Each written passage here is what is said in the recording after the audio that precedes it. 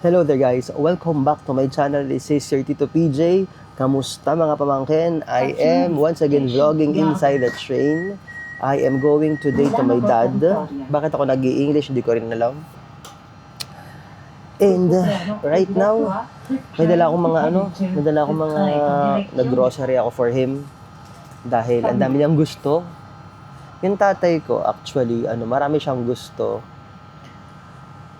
Kahit bawal. Marami siyang gusto pero bawal.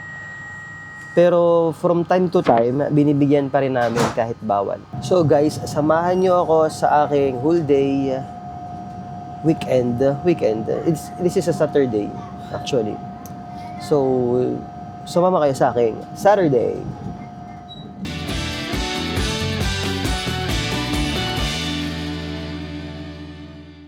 So, ito nga. Sa ilalim ng araw tayo naglalakad. Hindi pa summer, pero it feels like summer.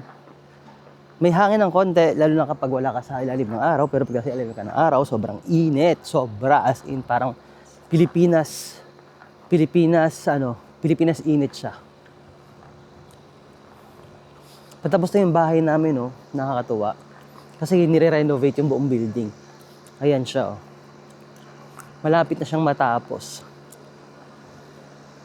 Ayun nga guys, right now, pag Sabado, pupunta ako sa tatay ko kasi ako on duty. Dahil yung tatay ko po, nakita nyo naman in this past few months, hindi na talaga siya makalakad, so nasa kama lang po siya. At nag-alternate po kami mag-anak, buong pamilya. Actually, mas hirap yung nanay ko kasi siya yung kasama talaga ng tatay ko. Ewan ko, naririnig nyo kang ingay ng mga makina dito. So, andito na tayo. Yung building namin, as in, ginagawa pa rin. Look at the door, ginagawa pa rin everything. Pasok na tayo. Good morning, good morning. Pa! Tayo si daddy. Ano yon? Dilim. Yung? Diaper? O siya. Ano muna daw kayong gamot, sabi. Wait lang. So, oo nga, kasi hindi daw siya nakainom ng gamot kaninang umaga. Nandito yung schedule ng gamot ng tatay ko sa likod ng pintuan. Tapos ito yung mga gamot niya. So, wait lang, ayusin natin. Yung pang alas 8 at saka pang alas 12 ang sabi. Oh, yung pang alas 8 muna at saka alas 10 pala. Amiodarone, bisoprolol, lahat to. It's time to make a change. Right now, ay pakakainin natin ang daddy ng kanyang favorite. Favorite ito eh. Lagi niya itong ulam. Alora, pakita natin kung anong kinakain niya de. Ang kanyang ulam ay imbutido, kanin, at saka itlog. Pero gusto niya may ketchup at saka mayonnaise. Ano may ketchup mayonnaise? Oo, yan o. Subito, teka lang. Teka lang ha. Opla. Ayan, ano ganyan?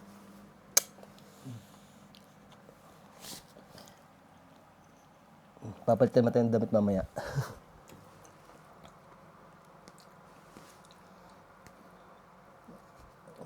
Itlog. Pero ba't ang itlog nyo? Parang hindi naman masyadong luto. Yung ba't parang... Ay, huli na eh. Nilagay mami. Pero labon naman. Parang nga lang hindi masyado. Ba't malagat tayo kutsara niya? Ang gusto ko, kutsara? Eh ba, iya ko kakain eh. Kala ko yung batalino ka. Lagi ko sasabihin nito eh. Kung agad ka lang yung talino. Kala ko din eh. Wala na yung akala na. Puta, ang iya. Sarap. Ba't yung favorite ang imbutido? Ano? Kahit araw-arawin eh. Hindi naman. Di ba? Di ba araw-araw? Parang ano eh. Parang araw-araw eh. Malit yan. Ito mahit pa. Mainit ang itlog. Balata. Ha? Balata. Wala. Tinanggal. Kaya nga din sa mga gagagawa niya. Oh. Deliris yung koni. Kanino? Tibe. Sa inyo munang i-shoutoutin yung ano. Sabi mo, shoutout. Mega shoutout sa binabati ko ang aking mga kababata. Si Jacob. Kawawala na. Nakandawahala na ka? Oo. Hindi pa naman lahat. Aba, lahat na eh. Parami nang wala eh. Oh, sino na mga nawala? Parang Bogs, parang Jojo. Oh. Si... Marami na. Hindi ko naman kung ano eh. Bago... Makipag-condolence nga pala kay yung parang Noel dahil ang asawa ay nawala nung isang araw. Parang Noel. Oh, Kaya lang ang buhay, unang-una lang. Kapag nga, Sarap. Tubig, giton, daddy parang chuchu. Dahil nahihirapan siyang ng tubig. Bla. ay naku. Sinasabi niyo kanina kay yung parang ang buhay ay weather lang. Hindi dumating ang panahon ng iba. Ha? Hindi na dumating para lang gayon. Kung may dumating na rin, Oo nga, Ba't sasabi lang yun Sasabi lamang. Ba't yung ibang panahon hindi na dumating? oo nga eh. Sadyang ganyan ang buhay, daddy.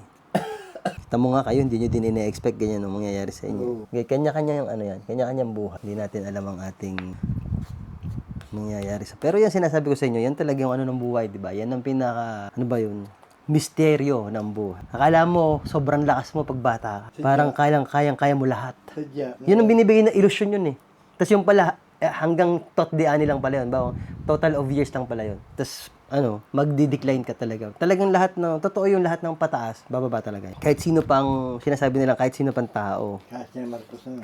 Kahit sino Imelda yan, Kahit sino Imelda. May dyan ka kayo buhay pa. Oo, pero na rin di. Yung... yung ka na. Pero, nasaan ang ating Panginoon ko? Naro. Kita mo nga mga Marcos nagkakaganyan, tayo pa kaya.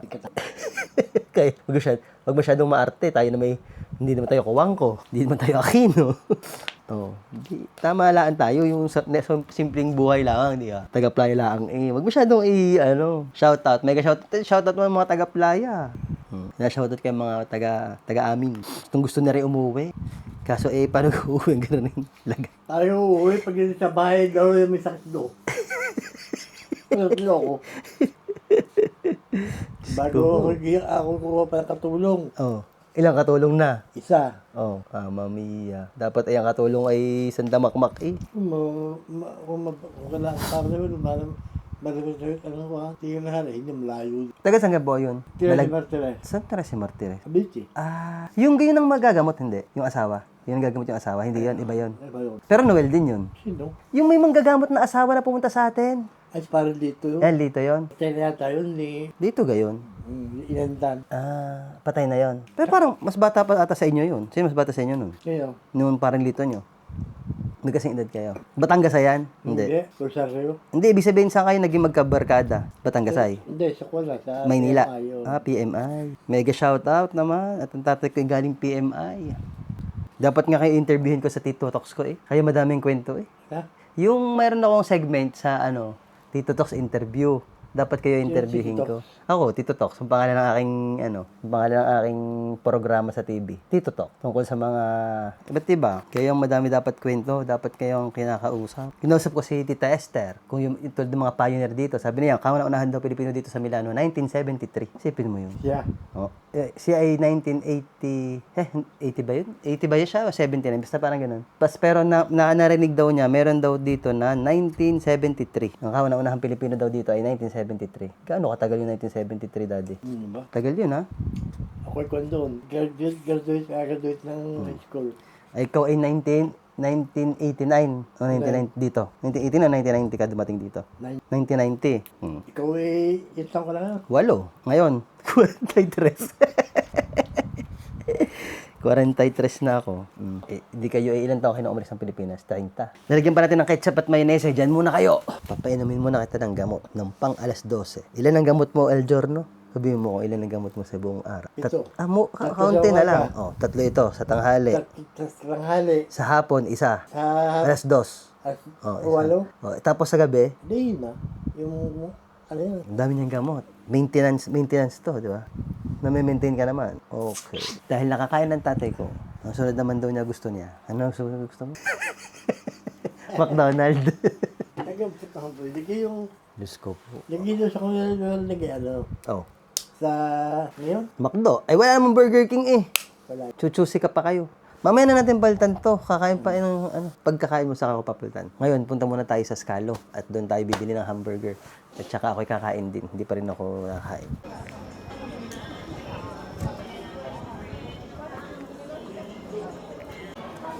Grabe ang yung mga budol ng mga outlet gaya nitong Scalo. Kasi alam mo yung pag nakita mo siyang 30 to 50% off, parang gusto mong pumasok sa mga shops dahil nakikita mong mga mga special promotion, special discounts. Kahit na hindi mo kailangan, parang mapapapunta ka, tapos mapapabili ka, kahit ayaw mo naman. Dahil nga isipin mo, ay sayang, mura na yon kung titignan mo. Pero ano, pag ganitong, ang kailangan lang naman natin bilhin ay pagkain. Punta tayo sa food court. Ito yung food court nila. Di ba? Ganda. Maganda yung food court dito. Maraming choices. Meron ka dito mga bayo-bayo. Meron ka ditong Popeyes. Meron kang tacos. Meron kang pizza. Meron kang pasta Miscusi. Pizza Spontini. McDonald's. Tsaka Pidineria. Meron ka ding grill ng Roadhouse. Pero ang tatay ko, ang gusto niya kasi hamburger eh. So, hamburger tayo. Pero ako, parang gusto ko ng Piadineria. Kain mo tayo ng Piadineria, tapos saka tayo kumain ng gusto ko kasi ligera lang eh. Pag kumain ako ng marami eh. Ayoko kumain ng marami, parang gusto ko isang Piadina lang. Tsaka syempre yung Nutella. Ganon. Let's see. So, andito tayo sa loob ng Piadineria. Pero mag-order na lang ako online. Wala actually lugar sa labas. So, dumating na yung ating Piadina. And I'll show you the Piadina. This is the Piadina. Hindi ako bumili ng Nutella Baby. Nag-guilty ako bigla. Ito na lang muna. Piadina for lunch. Tapos tubig. Easy water. Ayun. So, tara. Kaya na tayo. When it comes to Piadina, ito palagi kinakain yung Piadina. It's called Papricolo.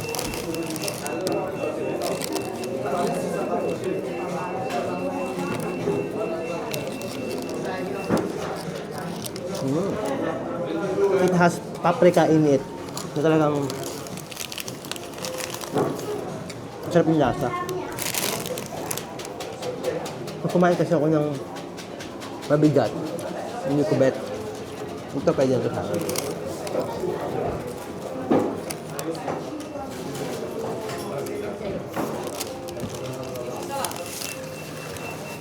Mas gusto ko may gulay-gulay din. May gulay-gulay siya.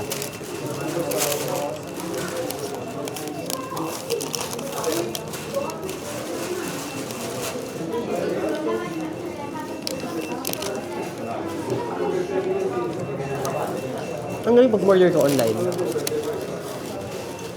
Mas mabilis siya. Parang pwede ka na umorder online para tipong 10 minutes, 5 minutes before ka dumating sa shop nila, ready na yung pagkain mo. Kain ka na lang. Parang ito. Parang wala pa siyang 5 minutes. Promise. Nag-browse na ako ng konti. Yes, nandiyan na siya. Punta ako mamaya sa McDo. Nakatabi lang naman ito. So, bibili tayo ng hamburger ng daddy.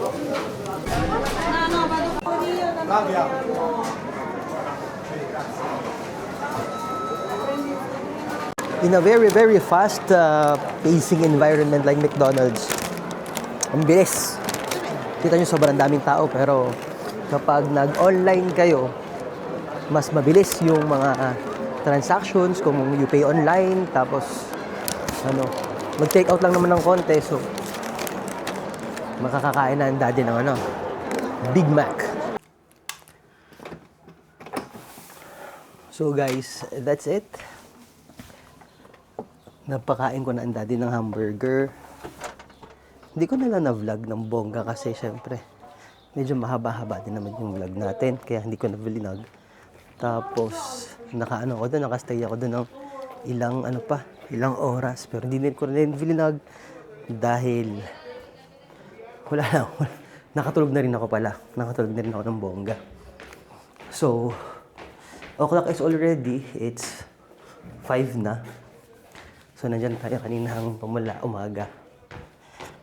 This time, uwi na tayo.